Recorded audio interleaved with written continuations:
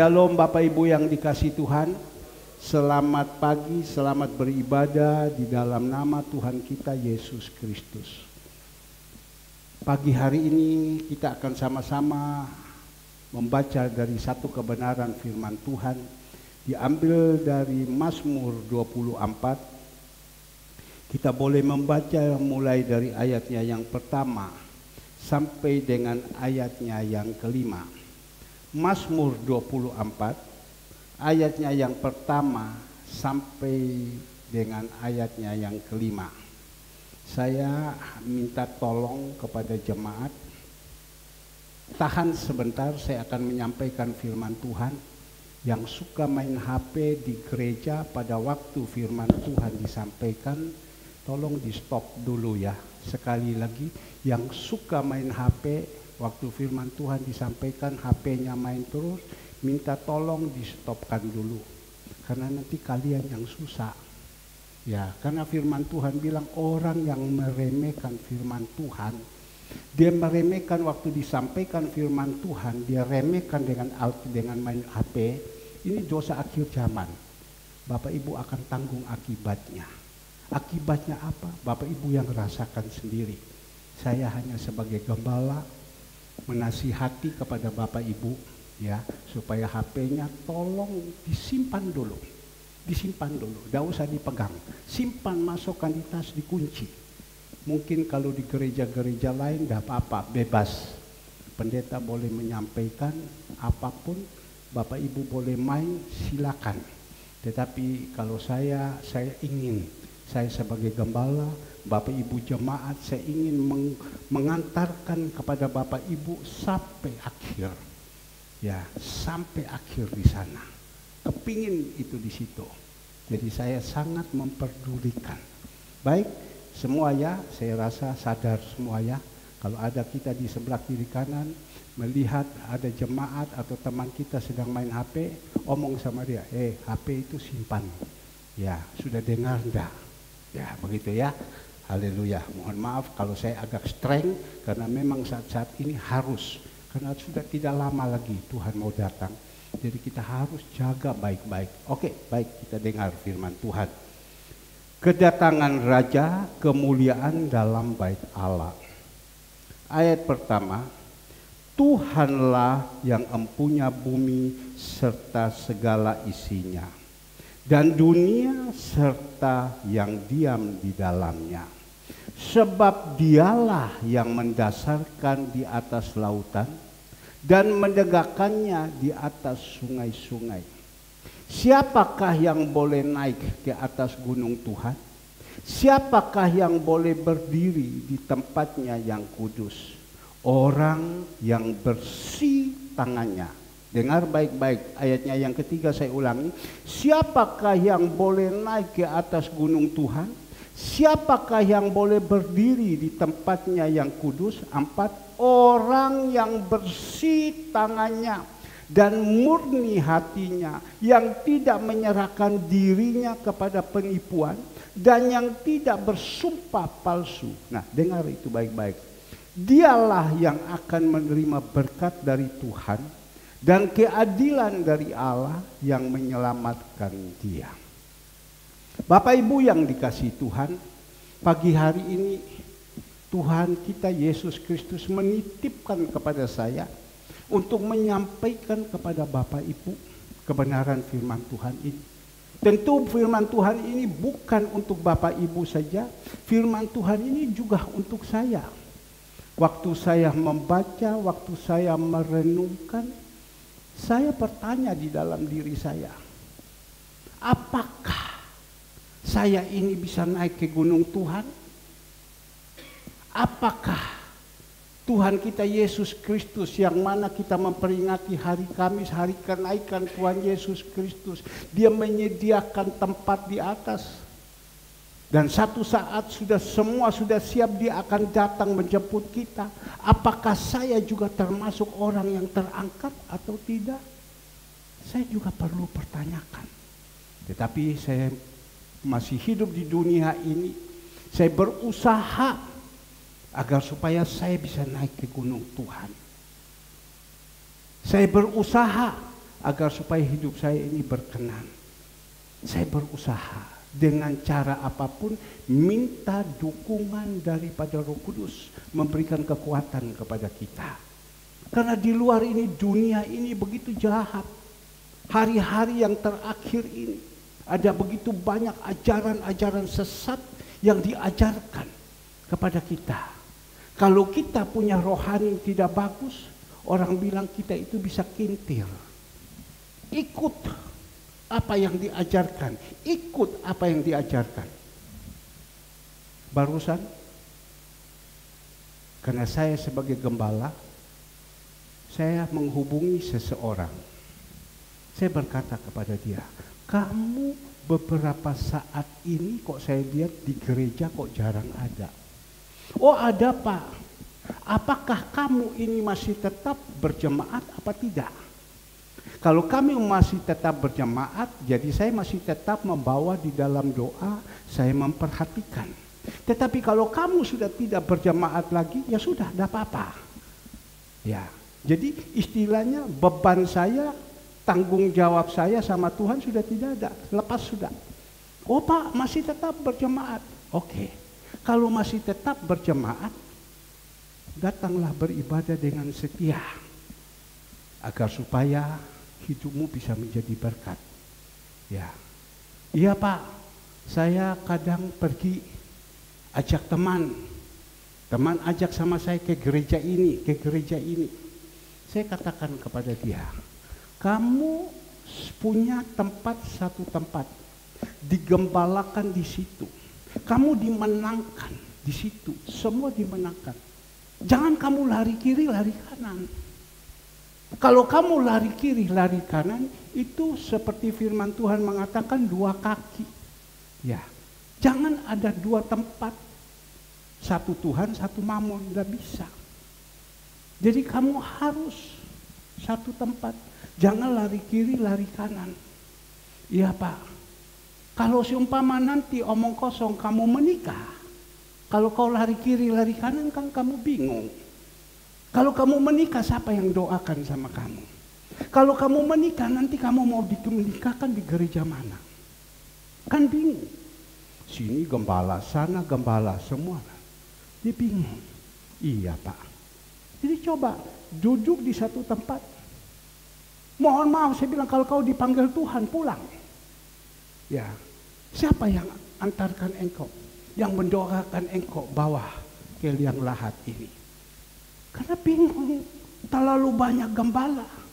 Ya, kami hari Sabtu kemarin dulu saya ditelepon oleh seseorang, Pak bisa datang Pak hari Sabtu. Lo ada apa? Anak saya menikah. Ya, pemberkatan. Anak ini dia pendeta. Ya, dia pelayanan. Jadi ada pemberkatan nikah anak saya ini. Bapak bisa datang. Saya berpikir di gereja mana? Di gereja mana? Oh tidak. Di hotel ini. Loh. Kok sampai macam begini? Kalau engkau sudah berjemaat, pasti dengan sendirinya gembalamu yang membimbing engkau. Sebelum kau dipersatukan, dikasih dulu kebenaran firman Tuhan, diajarkan dulu. Tolong Bu, anak yang goyang terus kepalanya Bu. Bu, Mama Iberian, ya, tegang dia ya. Jadi saya bilang begitu. Ini sekarang tiba-tiba saja mau menikah. Sayang ya, cuma saya tidak mau berkata begitu. Cuma saya merenungkan. Pasti gembala panggil. Ayo, kamu mau menikah, belajar dulu. Ajarkan dulu mereka yang calon menikah ini dan diberkati di gereja. Ini kok kenapa? Kok diberkati di hotel? Saya berpikir ini pasti ada sesuatu yang tidak benar. Dia tidak kenal baik sama gembalanya. Jadi gembalanya juga dah tahu. Ya, gembalanya juga dah tahu. Maka itu saya bilang, jangan, tidak boleh. Iya Pak. Karena orang ini masih bisa kita nasihati. Kalau orang ini tidak bisa kita nasihati, ya sudah biar saja. Sebab ini sekarang dosa akhir zaman. Yang ada di dalam ini kegelapan. Yang kita menghadapi bukan manusia lagi, tetapi roh penghulu-penghulu udara. Jadi kita harus betul-betul ingatkan kepada mereka. Tapi banyak orang yang sudah dikuasai hidupnya dengan kuasa kegelapan ini, dia tidak tahu. Cuma kan kasihan. Maka itu jemaat surya kebenaran, selain opah oma yang ada, ini yang lain, semua ini lahir barunya ada di sini. Semua lahir baru yang ada di sini. Maka itu mari, di dalam hari-hari yang terakhir, kita harus lebih setia lagi sama Tuhan. Kita harus lebih sungguh-sungguh lagi. Jangan kita lihat ke depan. Ke depan itu keluar itu ada banyak ajaran-ajaran sesat yang diajarkan. Kita salah, kintir kita, habis kita. Baik Bapak Ibu, kita belajar dengan firman Tuhan perikop di sini. Kedatangan raja, kemuliaan dalam bait Allah. Satu kelak ya, raja ini dia akan datang. Siapa? Yaitu Tuhan kita Yesus Kristus. Satu saat dia akan datang. Bisa berbicara bersama dengan malaikat surga datang untuk menjemput kita. Bisa juga berbicara di dalam beribadah ini. Dia ada di tengah-tengah ini. Karena di dalam firman Tuhan berkata Tuhan bertakhta di atas pujian umatnya. Dia ada di tengah-tengah ini untuk memuliakan namanya. Mari Bapak Ibu yang dikasih Tuhan, kita belajar dari seorang tokoh yang berkenan kepada Tuhan. Dia adalah Raja Daud yang hidupnya berkenan kepada Tuhan. Diangkat Tuhan menjadi raja, menggantikan Saul. Tentu orang yang menjadi raja sudah fasilitasnya semua tercukupi, kebutuhan-kebutuhan apapun. Ya, prajuritnya, kekuatannya super power. Tapi heran, ya, dia bisa berkata seperti ini. Inilah raja yang berkenan kepada Tuhan, yaitu Raja Daud. Dia yang akan, coba diulang ayat 1, dikeluarkan ayat 1. Ayat 1, ya. Mazmur Daud, Tuhanlah yang empunya bumi serta segala isinya. Ya, seorang raja, dia punya harta itu kan banyak. Tentu dia jadi raja diberikan fasilitas, ada tempatnya, semua prajuritnya, apa yang menjadi kebutuhan akan dicukupkan semua, bahkan dilebihkan. Tetapi raja ini mempunyai satu kerendahan hati yang luar biasa. Karena dia tahu bahwa Tuhanlah yang empunya bumi serta segala isinya. Ya, ini yang perlu kita tiru. Ini yang perlu kita ikuti. Tuhanlah yang punya. Sebenarnya dia berkata seperti begitu. Dia kekurangan apa? Tidak ada kekurangan. Kita ingat pada waktu dia naik ke Sotoruma. Dia naik di situ. Dia melihat Betseba sedang mandi di kali. Dia tinggal perintahkan. Itu istri orang loh. Ya, istri dari anak buahnya Uria. Tapi dia bisa perintahkan. Panggil Betseba datang di sini. Ya, seenaknya dia bisa melakukan. Itu berarti kuasanya yang begitu luar biasa. Ya. Orang melihat semua terbuka. Tapi dengan penuh kuasa dia mau apa saja ambil. Mau apa saja ambil. Berarti menceritakan kuasanya luar biasa. Jadi sebenarnya dia tidak perlu berbicara Tuhan yang berkuasa. Dia bilang ini Daud yang berkuasa. Tetapi karena mempunyai satu kerendahan hati. Dan dia tahu itu semua datang daripada Tuhan. Untuk Tuhan, bagi kemuliaan nama Tuhan. Sehingga dia menuliskan ini. Tuhanlah yang mempunyai bumi serta seisinya. Dan dunia serta yang diam di dalamnya. Tuhanlah yang mempunyai. Ya.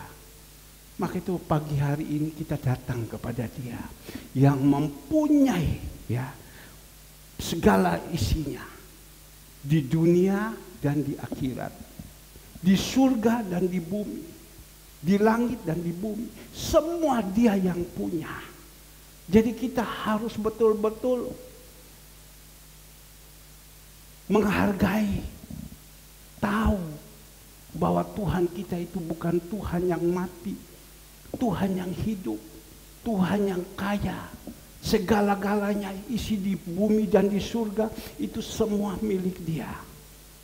Jadi kita harus betul-betul menghargai dan kita harus percaya dan kita imani. Barusan ini waktu hari Rabu kalau saya tidak salah, itu ada hari libur.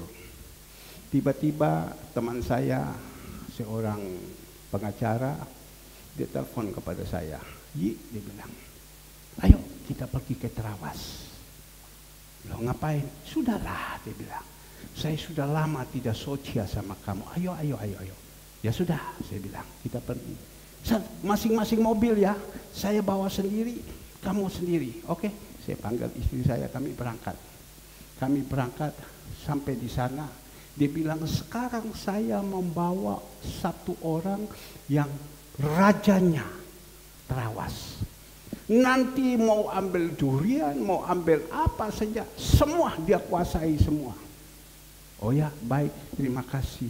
Ya paling saya berpikir durian kalau saya makan mau berapa banyak, paling 1 biji, 2 biji, selanjutnya tidak berani lagi. Tapi Bapak Ibu yang dikasih Tuhan, pada waktu kami pergi itu karena ada pengaspalan di sana, itu jalan macet berkilo-kilo. Saya berkata kepada dia, saya tidak lanjut ya, saya capek. Saya bilang, ini terus kita jalan kayak gini. Dia bilang, saya juga. Dia juga sudah umur 70 lebih. Ya, saya juga, dia bilang, tidak lanjut, kita pulang saja. Saya putar mobil, kita pulang.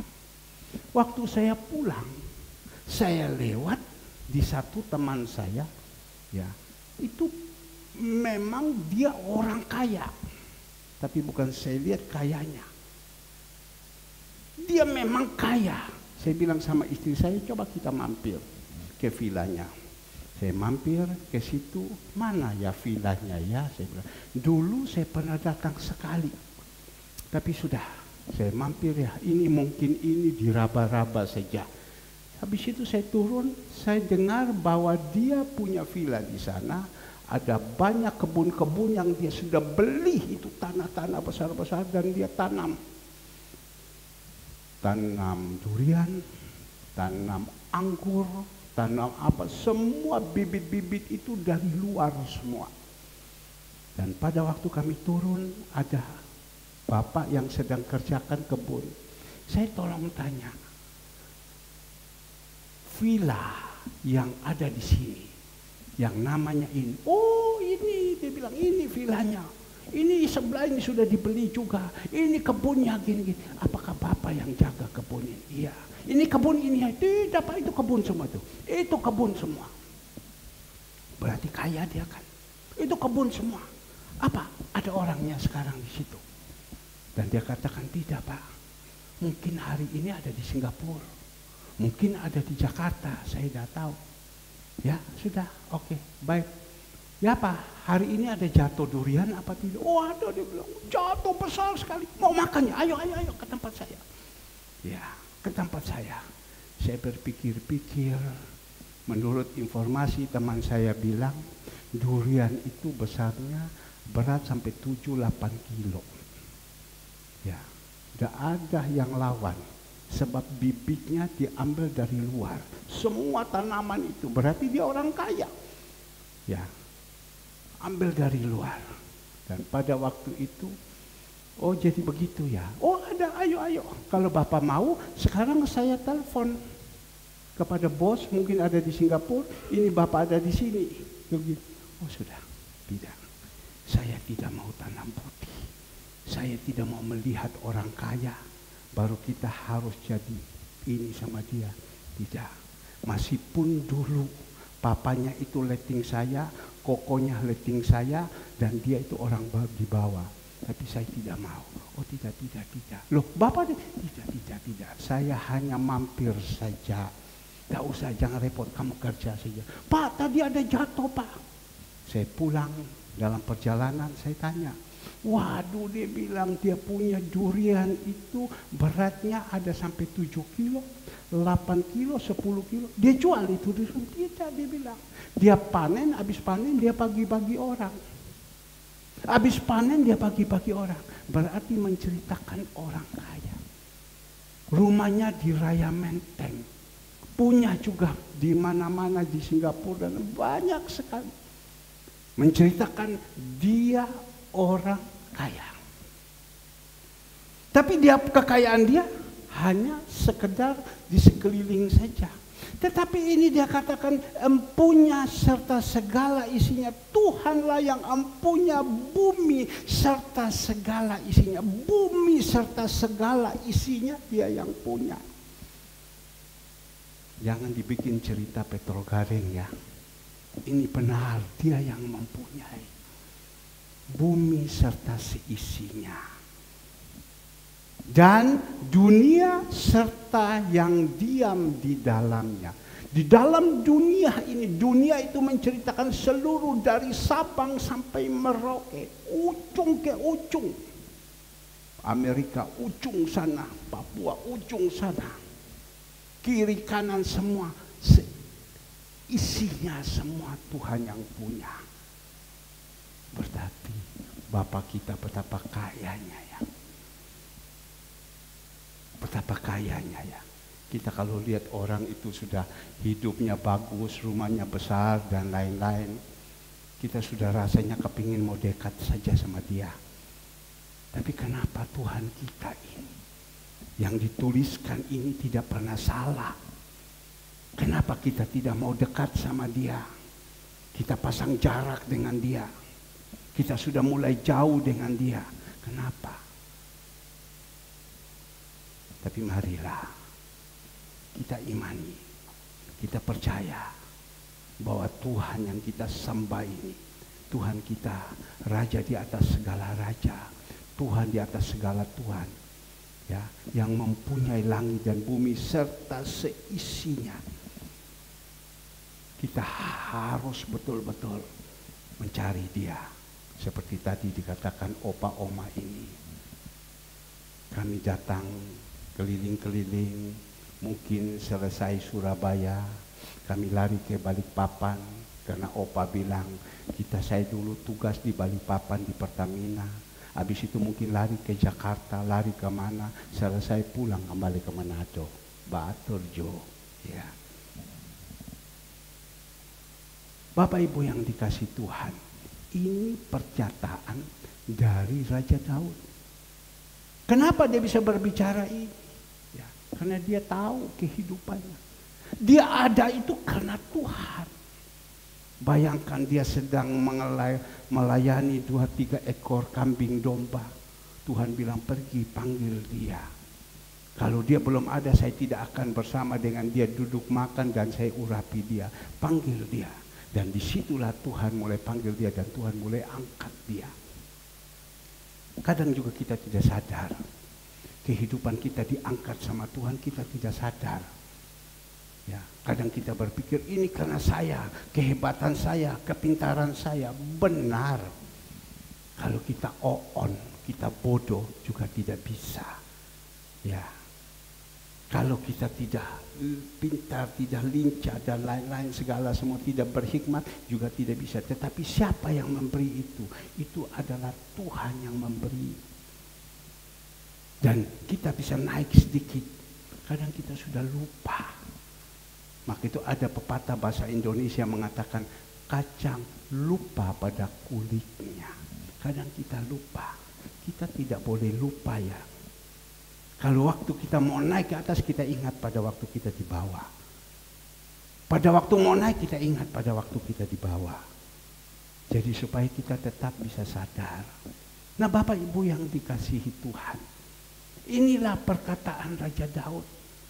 Jadi kita harus sungguh-sungguh percaya kepada dia. Kita melihat lanjut, dia katakan, Di dalam ayat kedua, sebab dialah yang mendasarkannya di atas lautan dan menegakkannya di atas sungai-sungai. Sebab dialah, dia itu huruf besar, Tuhan, yang mendasarkannya di atas lautan. Dalam laut itu ada dasar. Ya, kadang kita suka berenang, kita lompat sampai di dasar. Ya, oh sampai di dasar, iya. Kalau mungkin laut yang ada di Jawa sini mungkin dangkal-dangkal, ya 10 meter, 15 meter. Coba laut yang ada di daerah Ambon sana, di daerah ujung timur sana, itu laut biru yang begitu dalam. Ya, itu dasarnya ada.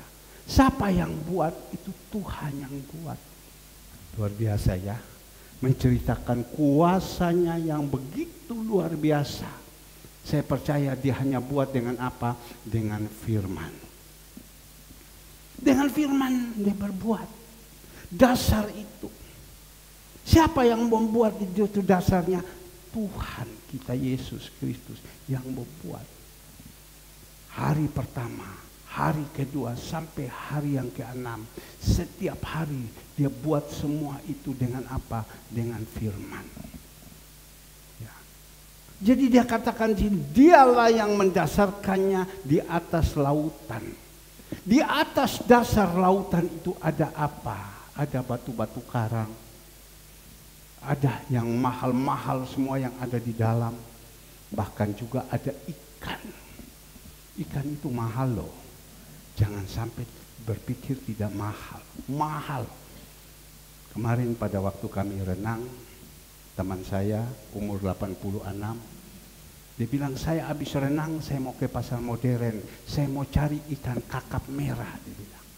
Saya bilang, sudahlah, lu mau cari ikan kakap merah dengan ikan kerapu, gak usah lalu cari ikan-ikan di sini. Itu ikan yang sudah tercampur semua dengan apa? Ya, sudah dikasih obat dan lain-lain, sudah makannya sudah gak enak. Kamu mau, saya bilang, kamu pergi ke teman saya. Sekarang saya telepon. Kamu pergi ke sana. Itu ikan kakap merah, ikan kerapu, ada udang dan lain-lain. Itu semua dari dasar laut. Ikan yang ada di dasar laut.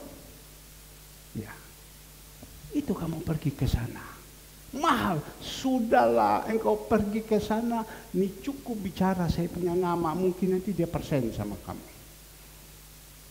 Dia pergi ke sana. Wah, dia bilang, Herman, ikannya bagus-bagus semuanya. Siapa penciptanya? Yang buat itu adalah Tuhan. Dasar laut dia sudah buat dan dia isikan sekali dengan ikan, dengan udang, dengan cumi, dengan segala macam binatang yang ada di dalam laut. Itu dia bilang dasar laut. Dia laut. Dan menegakkannya di atas sungai-sungai. Sungai-sungai juga. Sungai-sungai juga. Yang menguasai sungai-sungai juga. Saya ingat apa yang dikatakan Raja Daud di Mazmur 89 ayat ke-25. Coba kita lihat Mazmur 89 ayatnya yang ke-25. Ya. Kesetiaanku dan kasihku menyertai dia, dan oleh karena namaku tanduknya akan meninggi. 25. Ya. Aku akan membuat tangannya menguasai laut, dan tangan kanannya menguasai sungai-sungai. Pada waktu Tuhan mengatakan dia telah menemukan Daud dan telah diurapi, dan Tuhan akan jadikan kepada Daud untuk menguasai. Ya, kuasai aku itu huruf besar, aku akan membuat tangannya daripada Daud menguasai laut, dan tangan kanannya menguasai sungai-sungai. Kenapa Tuhan bisa percayakan Raja Daud sampai begitu? Karena Raja Daud itu ada di dalam kebenaran. Maka itu Bapak Ibu, saya dorong kepada Bapak Ibu, kalau kita bukan bilang tidak bisa persis Raja Daud, bisa. asal kita ada di dalam kebenaran. Ya. Kalau kita sudah ada dalam kebenaran, pikiran kita itu sudah dirubah sama Tuhan. Hati kita sudah dirubah sama Tuhan. Semua sudah dirubah sama Tuhan. Bahkan Tuhan izinkan kita menguasai laut dan sungai-sungai.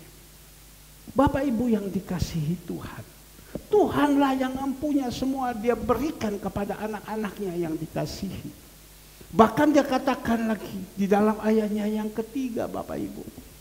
Ya, ini yang paling penting.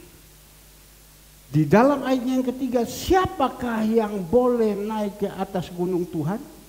Siapakah yang boleh berdiri di tempatnya yang kudus? Siapa ya yang boleh naik di atas gunungnya Tuhan? Hari Kamis nanti jangan sampai tidak datang ya. Sekali aja ibadah kok. Memperingati ya hari kenaikan Tuhan kita Yesus Kristus. Dan Tuhan naik ke atas untuk apa? Menyediakan tempat bagi kita. Kalau Dia sudah selesai, Dia pasti datang. Pasti itu datang. Dan ini sekarang saatnya sudah dekat. Maka itu jangan main-main kita. Sehingga Dia berkata, siapa yang boleh naik ke atas gunung Tuhan? Bapak Toga Sirai, kira-kira boleh naik ke atas gunung Tuhan? Itu yang tahu Bapak dengan Tuhan di atas. Jemaat-jemaat Tuhan yang ada di sini, apakah boleh naik ke atas gunung Tuhan? Bisa. Cicu bisa naik ke gunung Tuhan? Nanti jangan dijawab dulu. Nanti ada kemudian firman Tuhan. Siapa yang boleh naik ke atas gunung Tuhan? Siapa yang boleh berdiri di tempatnya yang kudus? Berarti tempat yang kudus di atas. Siapa? Tidak segampang itu kita bisa naik ke atas. Yang bisa naik, kita melihat ayatnya yang keempat. Yang bisa naik yaitu orang yang bersih tangannya dan murni hatinya. Sekali lagi, yang bisa naik adalah orang yang bersih tangannya dan murni hatinya. Pak, bersih tangannya. Tadi pagi saya sudah cuci dengan sabun. Bersih sudah Pak, sudah bersih. Bukan itu. Pak, hati saya murni, saya sudah cuci semua bersih dengan hisop. Bukan itu. Yang bisa naik Bapak Ibu yaitu orang tangannya yang murni, orang yang bersih tangannya dan murni hatinya. Yang bisa naik. Jadi mohon maaf, berbicara untuk saya juga tidak gampang untuk kita bisa bersama dengan Bapa di surga. Kalau ada di dalam firman Tuhan, hanya 144.000 yang bisa ada di sana. Yang bisa dia bilang tangannya bersih. Tangannya bersih. Bukan yang bisa naik kita ke gereja sini, lari ke sana, lari ke sini, lari ke sana. Tidak. Ini yang tangannya bersih. Bukan tangan yang bersih dicuci, bersih semua. Tidak. Tangan ini yang disayangi Tuhan, yang tidak melakukan dosa. Yang tidak melakukan dosa. Tangan itu kebanyakan untuk apa? Tempeleng istri, iya. Barusan saya melihat, cuma saya lupa untuk keluarkan. Ya, seorang dokter dia kirimkan kepada saya, Om Pendeta harus perlu beritahukan kepada jemaat. Om Pendeta lihat ini, gara-gara properti, bapak dengan anak berhantam. Gara-gara properti, bapak dengan anak berhantam. Bapak itu sudah umur 70. Anak ini masih muda, badan kekar. Ya, tidak tahu bagaimana berbicara, tidak ada kecocokan. Langsung bapaknya sedang duduk dipukul sama bapaknya. Des, mungkin ada satu tangan kiri 10 kali, kanan 10 kali. Bapaknya langsung. Sudah umur 70. Mau buat apa lagi? Anaknya badan kekar, mungkin sering angkat halter. Dipukul. Bapaknya jatuh. Bukan itu saja Bapak Ibu. Kan dia pukulkan pakai tangan. Bukan itu saja. Jadi bapaknya sudah jatuh, dia mundur begini. Dia masih panas, dia lari lagi, dia tendang langsung bapak. Buang. Jatuh bapaknya. Wah, ini dosa seperti ini ya. Ini dosa seperti ini ya.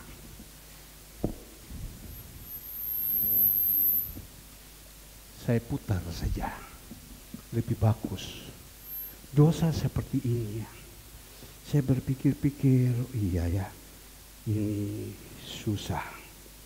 Zaman sekarang ini, dak edan, dak kedumen. Maka itu kita orang tua berusaha ya, tolong, Anda agak cepat sedikit. Kita lihat ini.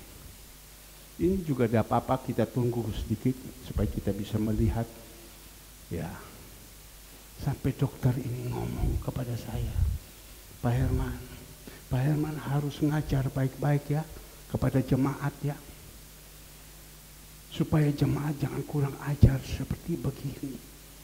Papanya sudah umur 70, karena gara-gara properti, gara-gara rumah, gara mungkin tidak ada cocok dan lain-lain berbicara, diswing sama anaknya melalui tangan, ya, dipukul sama anaknya.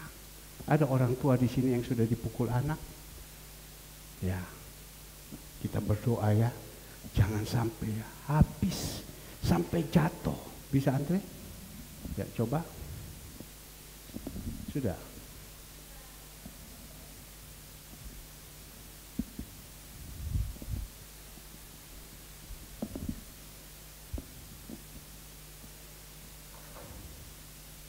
Ya, sebentar ya. Kita melihat ada seperti itu. Ini dosa ini zaman dulu dah ada loh. Ini dosa zaman sekarang ini. Karena apa? Setan sudah masuk di dalam hidupnya. Kita melihat.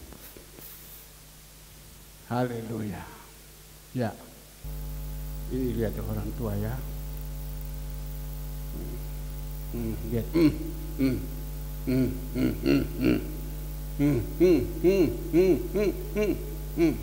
Kita lihat, dibikin sansak sama bapaknya. Bapaknya sudah tua. Mau dibuat apa? Dia mundur kan? Dia tidak puas kan? Dia tidak puas.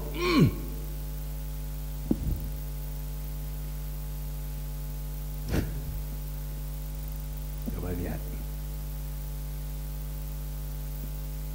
Teman saya bilang, Bapak sebagai gembala yang menyampaikan, ngomong sama anak-anak di gereja itu, ojo kurang ajar. Ojo kurang ajar.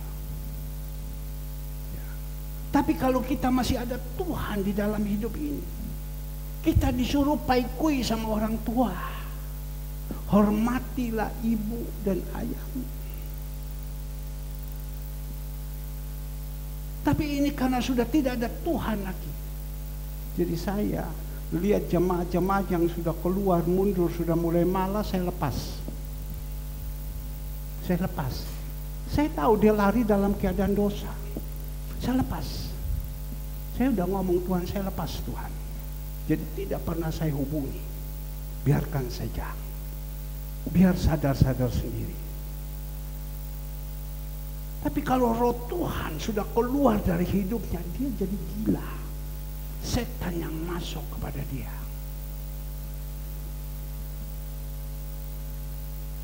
Setan, orang tua dibuat kayak macam. Mau sekali lagi ya dilihat, supaya kita lihat, mungkin kurang puas. Ayo sekali lagi, coba. Ya, sekali lagi. Bayangkan kita jadi orang tua kalau dipukuli. Kalau Pak Toga Sirait dulu masih muda dipukuli ya langsung ambil senjata, tang. Kalau sudah tua kayak gini, mau buat apa? Pak Herman, aku sudah kuat Pak Herman. Ya, tinggal tunggu rahmat. Ya, coba kita melihat. Ya, sekali lagi kita putar. Ya, dibikin kayak jab apa aja. Ayo, siapa yang mau pukul papanya? Mau pukul mamanya? Ayo. Lario dari Tuhan, supaya roh Tuhan keluar. Kembali, tendang, pakai kaki. Ini loh, banyak sekarang terjadi. Ada satu orang yang ada di daerah luar kota sedikit, bapaknya diusir dari rumahnya, diusir, papa mamanya diusir sama anaknya,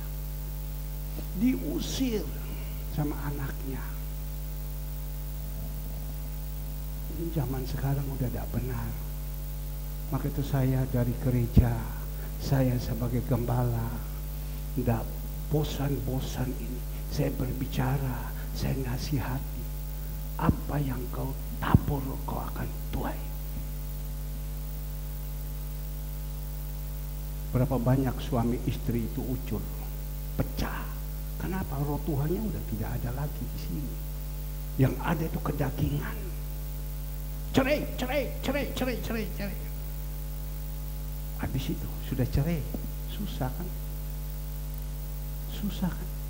Kenapa? Roh Tuhannya sudah tidak ada. Jadi yang ada itu keduniawan, kedagingan.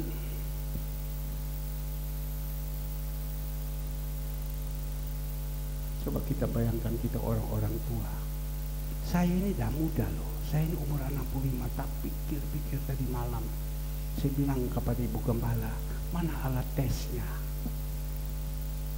Alat tesnya mana? Supaya tes saya punya tekanan dulu. Maka sekarang saya tidak mau bodoh. Saya hidup, saya tidak mau stres. Karena saya melihat banyak teman-teman saya stres jatuh. Baik kalau jatuh ada tempat di atas. Tapi kalau jatuh tidak ada tempat di atas, buka mata di atas tidak ada tempat, mau jadi apa? Tidak mau stres, bodoh. Kita hanya bisa menyampaikan. Ini dosa sekarang ini.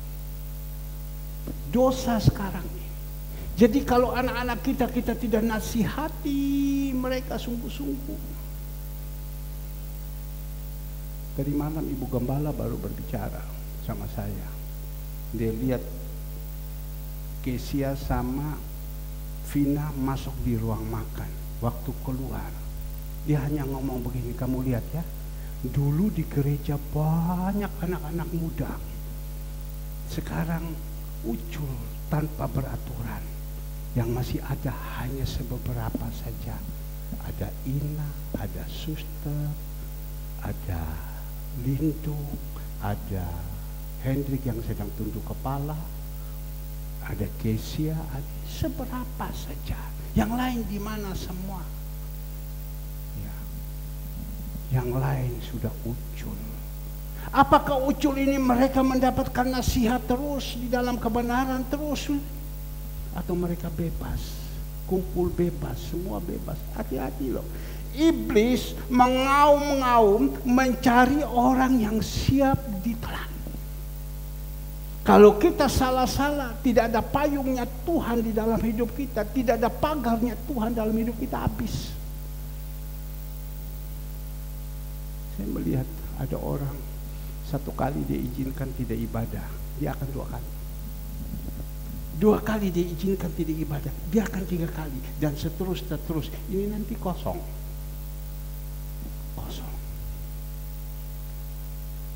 Ini kosong. Kalau sudah kosong,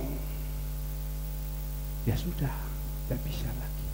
Saya omong begini, Pak Toga Sirait hanya goyang kepala. Ya betul Pak, betul Pak. Kalau sudah kosong, habis. Tidak lama lagi. Kembali lagi firman Tuhan. Orang yang bersih tangannya, bukan tangan pukul ini, dalam segala hal. Yang artinya tidak ada dosa, tangan tidak berbuat dosa. Yuk, kita coba usahakan buang ini dosa dari hidup kita. Kita hidup bersama dengan Tuhan. Ayo, pada bisa, lawan. Kita lawan. Minta sama Tuhan, lawan. Ya. Bahkan dia katakan, dan murni hatinya. Hatinya tak bercabang. Kalau kita punya hati bercabang bagaimana? Saya punya istri ibu gembala. Saya bercabang kepada si A lagi. Lah bagaimana? Hati ini jangan bercabang. Harus bersih, murni. Air itu harus murni, bersih. Kemarin pada waktu saya renang hari Jumat, hari Rabu itu ada hari libur, jadi banyak orang datang berenang di sana. Dan berenang di sana itu air kotor. Ibu gembala bilang, air ini kotor. Iya, saya bilang, karena hari Rabu ya, banyak yang datang. Jadi hari Jumat ya kotor. Ya, tidak enak.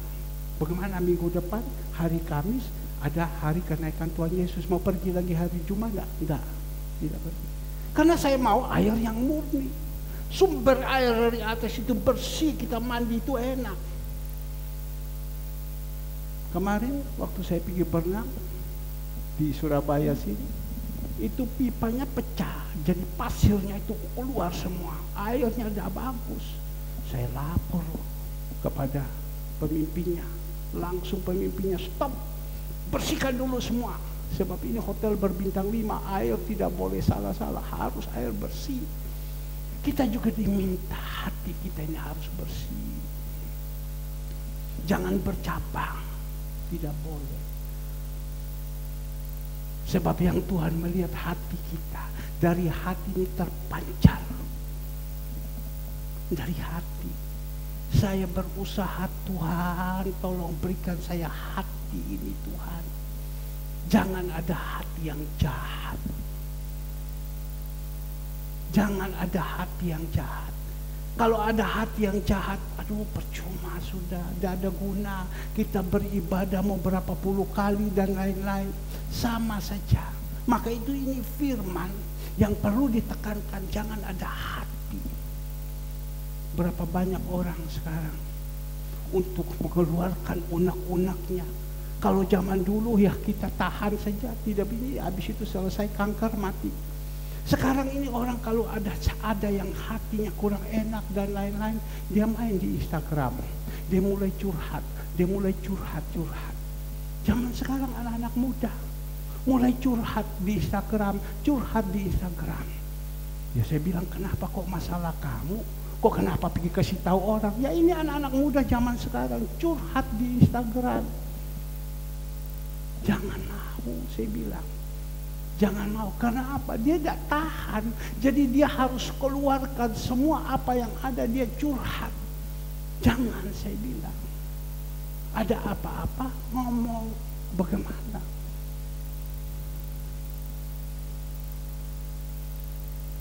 Kemarin saya ada berbicara dengan seseorang. Waktu saya berbicara kok saya ngomong dia kok dia nangis. Ngomong dia kok nangis. Saya bilang, kenapa kok dari tadi saya ngomong sama kamu kok nangis terus kamu? Bukan jemaat orang luar, jemaat orang lain. Jadi sekarang masalah kamu ini sudah ditahui sama gembala kamu. Ya udah tahu Pak. Loh ngapain? Saya bilang, kamu kan berjemaat di sana, pasti gembalamu itu kan tahu supaya dukung dalam doa atau bagaimana. Karena apa? Dia punya tanggungan hutang yang begitu banyak, dia tidak tahan. Dan bank minta supaya dilelang. Dan dia tidak mau, tapi bank paksa. Semua. Waktu saya berbicara sama dia, dia nangis. Amin, saya kasih kekuatan sama dia. Karena tidak ada tempat curhat. Dia makan sendiri semua. Ya memang tanggungannya juga besar. Sekarang banyak orang seperti itu. Maka itu kembali lagi hati. Kita berusaha hati kita ini murni, bersih hati, punya ketulusan. Kalau kau hidup dengan ketulusan, ya itu Tuhan itu pasti buka jalan, Tuhan pasti tolong kepada kita. Maka itu Bapak Ibu yang dikasih Tuhan, dan murni hatinya, yang tidak menyerahkan dirinya kepada penipuan, dan yang tidak bersumpah palsu, berusaha. Kadang kita untuk membela diri, kita harus belajar nipu supaya bisa membela diri. Saya kemarin dulu 4 hari yang lalu saya malu ditegur teman saya. Saya malu. Karena apa? Dia omong sama saya, bagaimana ikannya? Wah, saya bilang ikannya enak sekali. Opa oma ini suka itu ikan. Ya, suka itu ikan. Mereka tanya, saya salah ngomong. Mereka tanya, loh Pak, ikan tidak ada. Saya hanya ngomong, tunggu ya, kapal belum sandar. Nanti kalau kapal sudah sandar, bongkar itu ikan, nanti itu ikan kita kasih bawakan ke sini opa oma ya. Dia langsung ngomong sama saya, kenapa harus kita tipu? Duh, malu saya. Kenapa kita harus tipu? Itu kan teguran untuk saya. Iya ya, saya bilang. Opo, saya ngomong, ya tunggu aja. Doakan supaya yang pemiliknya ikan ini kirim lagi. Kok saya harus ngomong macam begitu? Dan dia tanya sama saya, kenapa harus kita tipu? Dia bilang, karena orang ini kencang. Kenapa kita harus tipu? Saya malu. Saya bisa orang hamba Tuhan. Saya berbicara itu. Kadang kita ini manusia ada salahnya. Aduh, Tuhan ampun saya, Tuhan ampun saya, Tuhan. Ya, baik. Dia bilang, nanti kita atur kirim lagi. Suka orang-orang tua dimasak apa itu ikan katanya. Ya memang itu ikan, saya jalan kemana semua pada minta sama saya. Nah kembali lagi Bapak Ibu yang dikasih Tuhan, dikatakan di sini, yang menyerahkan dirinya kepada penipuan, suka nipu. Firman Tuhan mengatakan Mazmur 5 ayat 37, ya dikatakannya, tidak dikatakan tidak. Semua asalnya itu dari si jahat. Jadi kalau kita mau berbicara AA, BB, ada orang itu kencang seperti itu. AA, BB.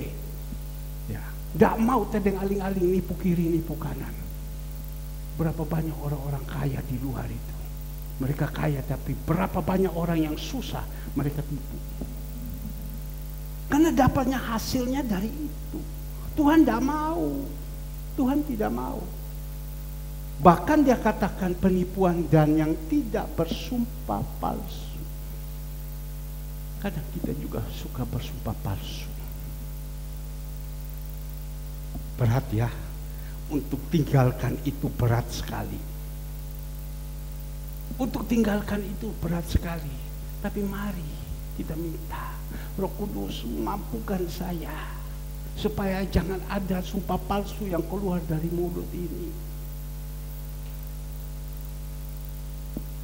Lanjut ayatnya yang kelima, sudah tidak lagi.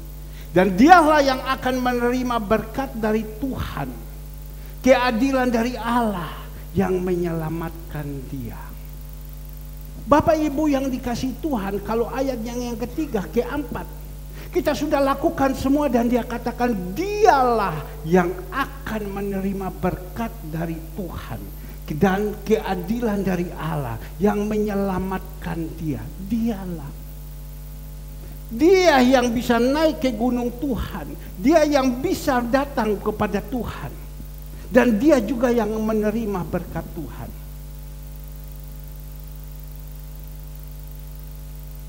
Bukan berkat daripada manusia loh. Berkat daripada Tuhan. Tuhan punya berkat itu tidak terbatas. Sekali lagi, Tuhan punya berkat itu tidak terbatas. Kalau kita bisa jalankan hidup ini, kita yang menerima. Doakan. Saya tidak bilang saya benar. Ya, saya tidak bilang saya benar. Tetapi itu ada satu surungan saya harus jalankan itu. Dan minggu depan, mungkin kalau Bapak Ibu melihat, kaget melihat kepada saya. Kenapa Pak? Bapak sudah pasang brewok? Tidak. Bapak sudah pakai rambut palsu? Tidak. Ya, ada Tuhan yang mau siapkan berkat kepada saya. Tapi anak saya bilang, Andre bilang, sudah. Untuk apa Pak? Sudah untuk apa? Saya bilang, Papa tahu mana benar, mana tidak. Tadi waktu saya duduk di situ, saya melihat dia lagi urus ini. Oh, mungkin karena jerih payahmu ya, susah payahmu ya. Engkau melayani, membawakan makanan-makanan ke panti-panti. Kau pergi sana tanpa persungutan. Mungkin Tuhan mau memberkati engkau. Bisa jadi juga. Bisa jadi juga. Tuhan mau memberkati engkau.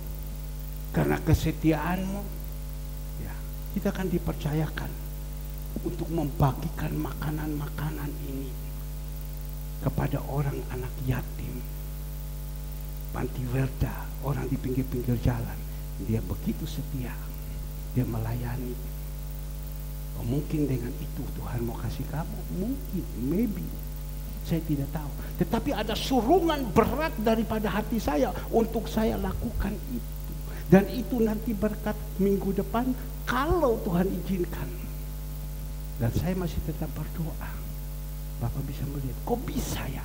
Berkat dari Tuhan itu datang. Dialah yang akan menerima berkat dari Tuhan. Nah, ini yang saya mau ngomong. Secara manusia tidak mungkin bisa mendapatkan itu, tetapi Tuhan akan siapkan itu. Asal ayatnya yang ketiga, asal ayatnya yang keempat kita jalankan. Tapi kalau kita tidak jalankan, hati kita tidak benarkan, tangan kita tidak benarkan, tidak mungkin turun. Bisa kita menemukan itu, tetapi dengan cara yang salah, bukan kehendak Tuhan, dengan kekuatan manusia.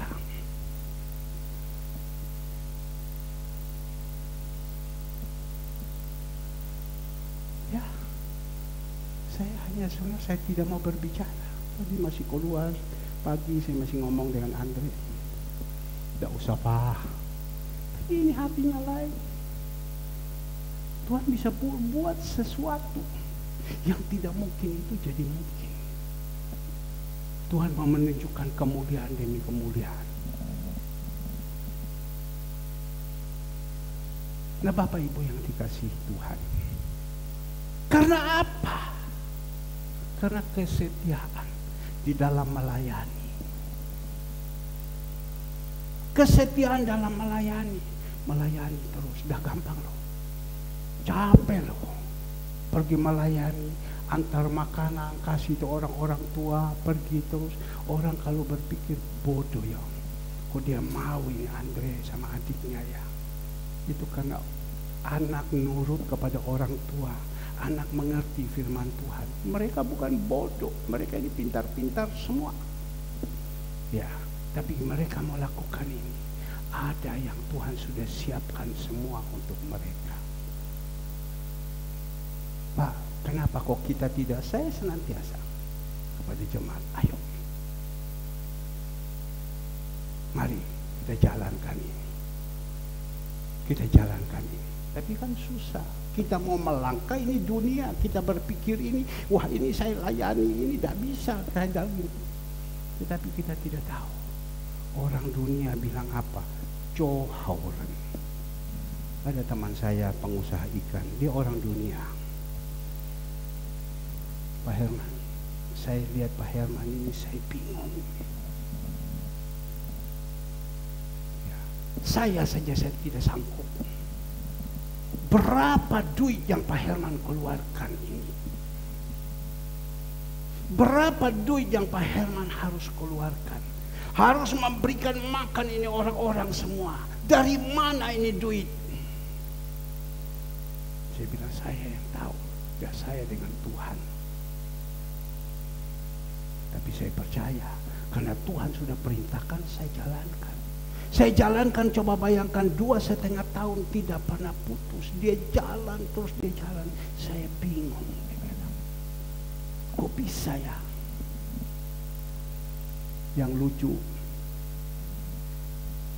hari Jumat pagi-pagi jam 6 saya keluar dengan istri saya mau berangkat ke luar kota. Tiba-tiba ada yang telepon sama saya. Hei, Ai, apa kabar? Oh, baik-baik, saya bilang begitu. Puji Tuhan ya, pelayanan ini jalan terus ya, luar biasa ya. Saya bisa minta alamat kamu. Saya bisa minta alamat kamu. Loh, kenapa? Ada apa ini? Saya barusan pulang dari luar. Kok saya ingat kamu? Pada waktu saya masuk di mall itu, saya ingat kamu. Saya disuruh Tuhan belikan baju untuk kamu. Dan saya disuruh Tuhan belikan baju untuk kamu. Saya tidak berani macam-macam. Sebab ini yang perintah Tuhan. Dan saya tahu orangnya bukan orang setipe yang suka beli-beli kayak gitu. Tapi disinilah saya ada beli baju untuk kamu. Oh ya, terima kasih.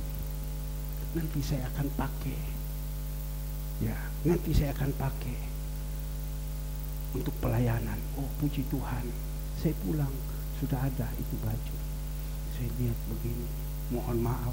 Saya lihat begini. Ini kainnya saya pegang ini. Barang dah salah-salah ini. Saya bilang. Saya coba pakai, kok enak sekali. Saya bilang kepada istri saya, dicuci, selesai, hari Minggu saya pakai. Saya mau pakai tadi. Karena orang memberi dan saya harus menghargai. Ya, tapi istri saya bilang, ini hari kan pagi ada perjamuan kudus. Ya, kamu pakai sore switch. Oke, baik, sore saya pakai. Barangnya enak sekali pakai. Dan saya pegang kata-kata dia. Pada waktu saya pergi ke toko, saya diingatkan Tuhan, belikan baju untuk hambanya. Dan saya beli, seumur-umur hidup tidak pernah loh. Dia dengan saya juga cuma dulu dia pengusaha kapal, saya pengusaha kapal. Jauh, hubungannya jauh sekali. Tapi kok dia bisa ingat? Dan saya tahu, itu ingat itu dari Tuhan. Maka itu Bapak Ibu, saya berseru dari mimbar ini kepada Bapak Ibu, usahakan tangan ini jangan kotor. Usaha hatimu itu harus murni. Jangan ada bercelah dalam kehidupan kita, supaya kita bisa naik ke gunung Tuhan. Sekali lagi, supaya kita bisa naik ke gunung Tuhan, supaya kita bisa ada di pangkuan Abraham. Jangan sampai kita ibadah. Tuhan bilang, aku tidak pernah kenal engkau. Enyah kau dari tempat ini. Kau hanya datang kepadaku hanya perintah manusia.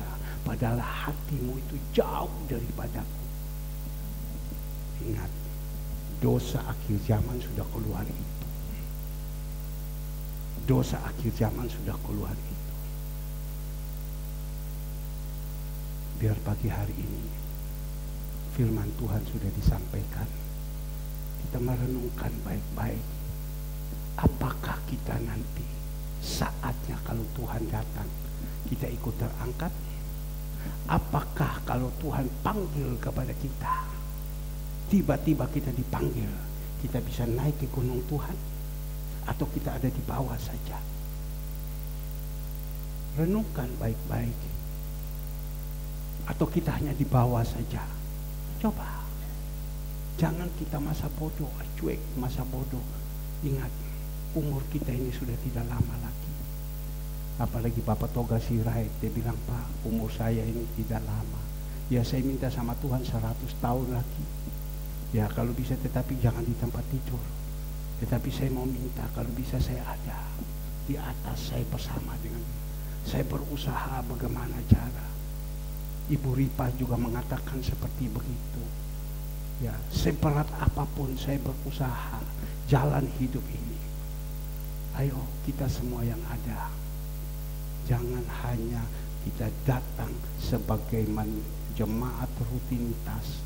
Firman itu tidak hidup di dalam kehidupan kita. Tuhan Yesus memberkati. Saya minta pemusik singar, di depan kita ada tubuh